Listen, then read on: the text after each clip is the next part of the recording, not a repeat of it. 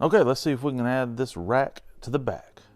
My story is the story of a man who starts off at the bottom and with a bit of hard work continues along the bottom and finally ends up at the bottom. Hey, this is Classic Cars and Comics. Thank y'all very much for watching. Like, comment, subscribe. Let's roll.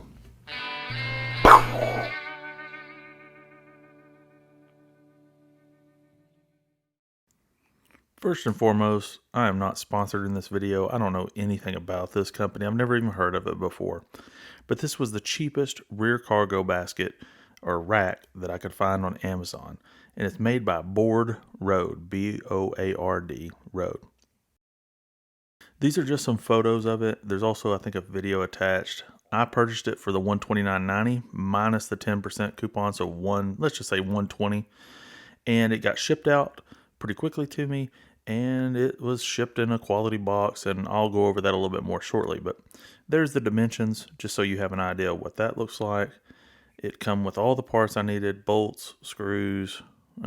Bolts and screws is the same thing. Bolts, nuts, washers, pretty much everything that you would need to get this installed, it come with. So I'm just skimming through here, just sort of showing you some things about it. So let's get right to it though.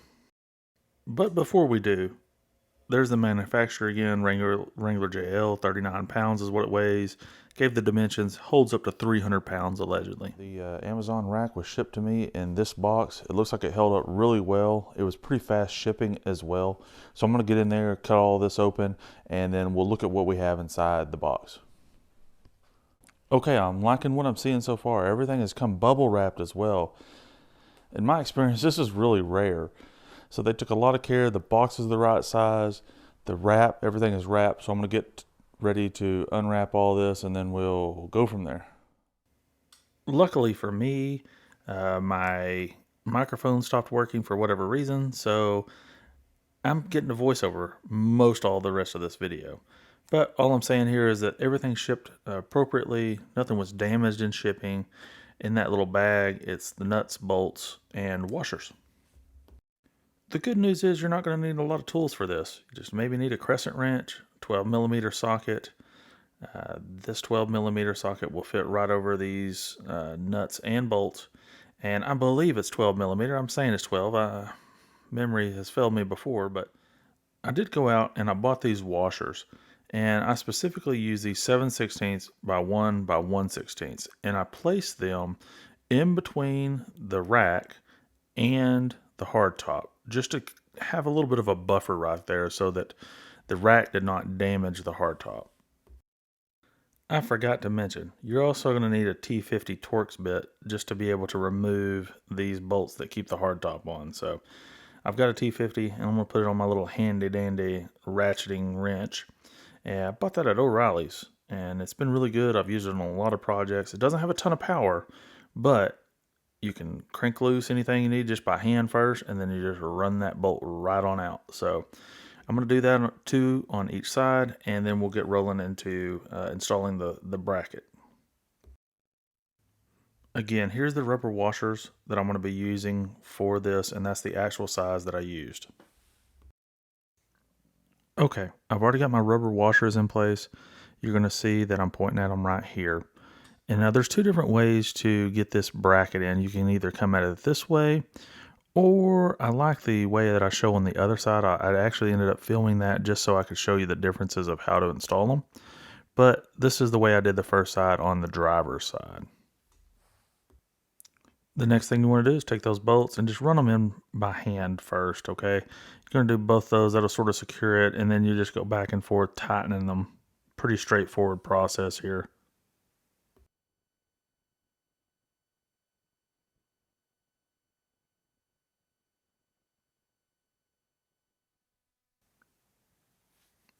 Hindsight being 2020, use an extension. It'll get you down there further, and you're not going to have to worry about scratching up your hard top. So an extension actually worked out really well for me. I used it for the remaining 2 bolts.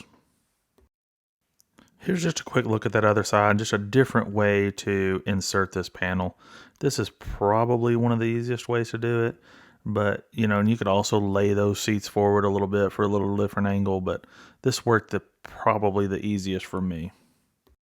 When I do these videos, I like to try to do things to where it's just me. Okay, I'm working by myself. How can I achieve my goals working by myself? It's always great if you have an extra set of hands, but can I do this by myself? So here I'm discussing of sort of like what my idea is on how I'm going to use a jack to lift up the rack that's going to be in there to try to get in, get it up higher and use the bolts just to sort of secure it one piece at a time, just like Johnny Cash said. So that's what I'm discussing right here, and I'm going to show you what that looks like now. Okay, so there is my jack. There's a little piece of wood, and then I've got that pink. It's like a knee pad that you could do gardening with or whatever, but here I am trying to maneuver that in and just get it resting on there. That's all I'm really trying to do is have a resting point for being able to brace it so I can connect one bolt at a time. Okay, so you're going to be able to see there's a little bit of distance there between where I need the bolt to go into the rack and where it's setting at. So I'm just going to use my right hand here to come up in here because it's not heavy, okay, but it's just cumbersome. And so I lift it up to balance it and I get that first bolt through. So once I have that first bolt through, I'm able to relax a little bit. And I've left it loose so that it has some flexibility. I did not like tighten it down a lot. So that's how I'm able to sort of get away with not having my other hand up under here. The next part is I'm going to lift it up again with my right hand and then get in there. I might use my left. I can't remember what I'm doing here, but I get up in there and lift it up to put the middle bolt essentially into place. Okay, now I'm going to come over here to the passenger side, use my left hand to just push it up and lift it, and then I'm going to get that bolt put in place into the middle, essentially. It's like the middle bolt hole. Once you get that bolt put into place, everything sort of starts balancing out, leveling out. And now I've just went in here and I've put in the bolt in the very front part of it, the front to us if we're looking at it. And I'm talking about going over here to the other side, putting in more bolts. And then I still have one more bolt closest to the seat to put in as well. And then that will be 3 on each side.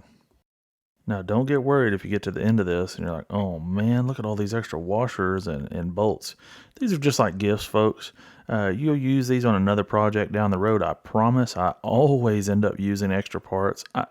It is so much better to get extra as opposed to not enough. I've been on both sides, and it's like a little joy, little present to be able to get some extra nuts and bolts. Okay, now we've come to the part where we're going to use that 12mm socket and the crescent wrench. I don't actually use the crescent wrench though. I'm going to use my drill attachment again, or my ratcheting wrench, and a 12mm socket just to run these on there and tighten them. Just does it a lot faster. Okay, here I'm debating, should I have used rubber washers in between these two pieces of metal? I end up not having any issues from that, but just food for thought. If you're having problems with rattling or anything, you could probably use little rubber washers in between there and you'd be just fine. But this is all 3 on this side tightened. Okay, everything has been tightened and adjusted now, and this bad boy is officially in there. We have given ourselves a lot more real estate now to work with, as well as I'll show coming up right now. Okay, so I'm going to try a huge piece of my wife's luggage, just see if it will slide in there and fit. I believe it was 30 inches tall by 20 inches wide, somewhere right in there. It would have all been on the recording, but hey, my microphone was not working for whatever reason. But I'll also show you here. Let's zoom in on what I actually showed. Hold on. So 20.5 inches, that's how much height you have in here. Now it could vary depending upon what mat you have, but this is what works for my application. Okay, let's see if the luggage will fit up in the top part of the rack.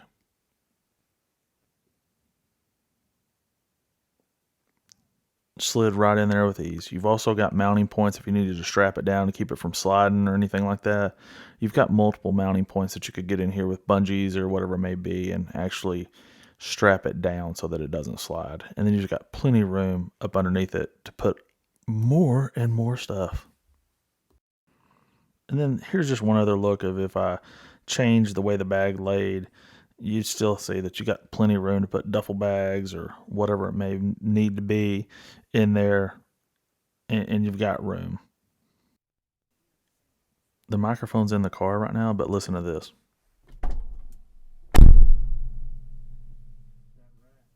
Okay, so that rack is causing that droning sound.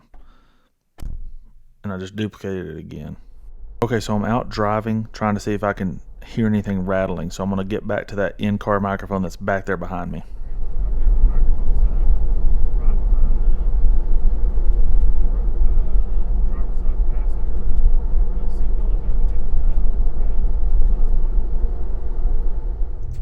Okay, so now I'm back on the microphone, just on the phone, and I went over some bumpy stuff and no rattles from it. So, and that, what you hear clicking is just something else. So, hey, that's going to work. Now there is that little bit of a droning sound that you heard whenever I shut the door, but the rack back there is not making any sound, and I had to. All right, we're back on that remote microphone.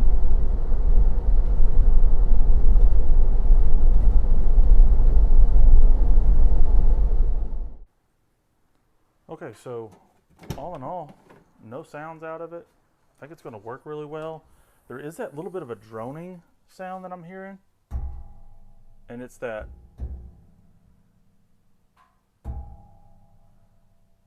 So I think that's going to be fixable by doing this. So if you just go and buy one of these like cheap floor mats for this, listen to how it's not droning as bad now. Let's go flip back and give you a.